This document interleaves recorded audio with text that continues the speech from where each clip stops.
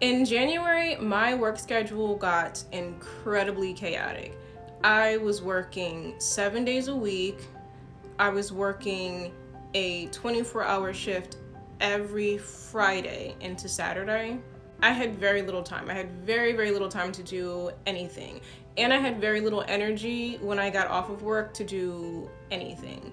So I got behind on a lot of things. I got behind on my laundry being one of the biggest things that I didn't have time to get to. I'm a bit of a procrastinator. So even if I did get like maybe an hour or so to myself in those 12-hour shifts I was working, I wasn't going to use it to go get my laundry and send it to the wash and fold. So I had asked Asmodeus, I asked him if he would do a load of laundry for me at his house because I knew he had a washer and a dryer.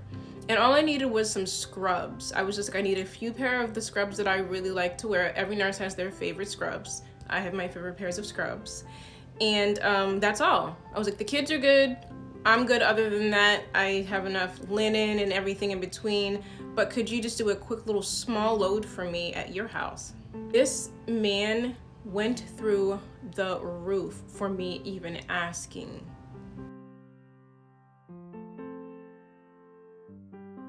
This is after I've given him money. This is after I have been so attentive, so supportive, so understanding with everything in his life. He cursed me out and flipped out. And by this point, you know, the true colors of his nature are coming out. So it's become almost normal that he's being an asshole towards me. But I had it. And in previous arguments, I tried to hold him accountable for things that he did or things that he said, and I was showing him like the evidence, and this man would do everything except for apologize. Everything except for apologize and take accountability for his unnecessary behaviors. When you get to a point with someone that you're in a relationship with and you actually have to start recording their conversations just so you have evidence to prove your case, you probably should head on out. They're crazy. You should probably head on out. But I didn't. So I recorded our conversation and I'm gonna play it. This man went into saying that I'm so disrespectful. How could I ask him something like that? And I was just like, but why? I don't understand.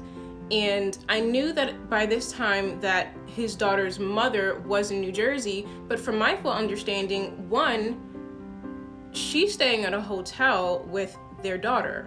So she's not even there. And also two, this man told me that the reason that their relationship had ended was because her 18-year-old son was murdered in California, and she was never the same through her grieving process afterwards, and they just fell apart. He said they were once engaged, and it just fell apart following her grieving.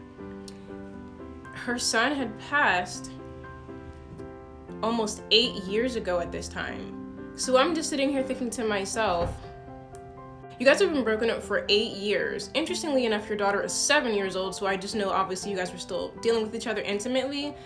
But if you have broken up that long ago and you guys have been, you know, just co-parenting for your daughter and you don't even live together, what would be so strange and so terrible and inappropriate about you just doing a small, quick load of some scrubs from me?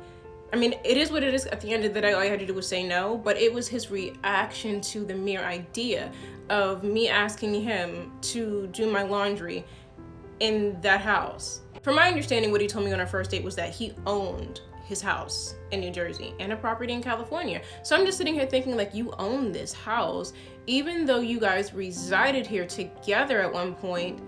It's been years. I'm sure she has seen other people or had relationships with other men since then.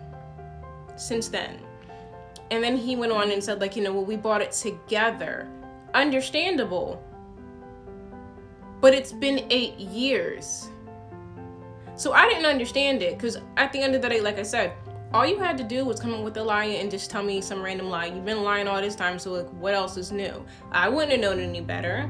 All you had to do was say no, you know, like, that's all you had to do.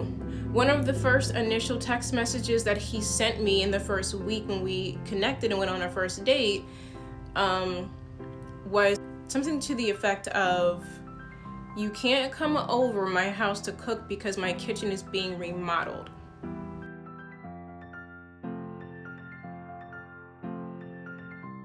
And that text message is from September.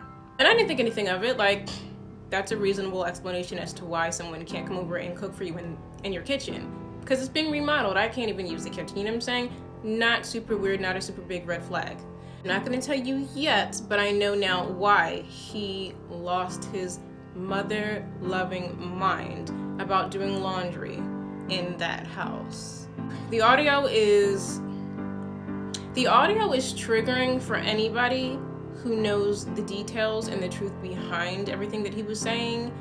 And it's probably triggering just like nonetheless, because it's gratuitous. This is not the way that you respond to somebody about something that is so insignificant and such an easy fix. You know what I mean? And in this audio, I reiterated, "You told me this about this woman. You told me that about this woman. You told me this about the dynamic of your relationship with this woman. So I don't want you to think that I'm being disrespectful, asking you something that's unreasonable, knowing the circumstances to be what they are. And I only know what you have told me. So maybe you should backtrack on who and what you told what to, and that might give you some clarity as to why I would even ask." I want to touch base more on how he was bullying me. The things that he would say that were quote unquote a joke were really, really fucked up things. And there were even points where there was no argument warranted and he would just come out and say really fucked up things to me. Beginning of our relationship, I used to drink a lot. I had just come out of a very, very traumatic situation, and it was very, very depressing, life-altering, and I didn't know how to cope. I've since then got a therapist and to see a therapist. But at the time I didn't know how to cope, and I didn't really have the time to take my mental health seriously. So I was self-treating. I was drinking a lot in the beginning of our relationship. One day we got into an argument and he was just going down the list of everything that he hated about me. He told me that I did not have the right face shape or head shape to wear buns, and that he hated when I wore my hair back in buns, and that since I have long hair, I should always wear my hair down for him. I didn't submit or commit to that idea because I didn't want to wear my hair down every single time that I was with him, number one. He told me that he said I couldn't stand when you did your baby hairs, and I would only do my baby hairs when my hair was pulled back in a bun. He told me that he hated my winged eyeliner. And I was like, these are all my staples. Why would I change these things when I love them? And I didn't change these things. He also said that he hated when I wore heels in public when we were just running simple errands, because he felt like a bum standing next to me, and that me wearing heels would take my whole entire outfit a notch up, and he was just dressed like he was going to go play basketball. And I continue just to wear heels because I'm short and I like wearing heels. It's just heels. It isn't like I'm wearing red bottoms, but I do like wearing heels because I'm short. So I try not to pay those things any mind, but I was realizing that this man doesn't actually like me.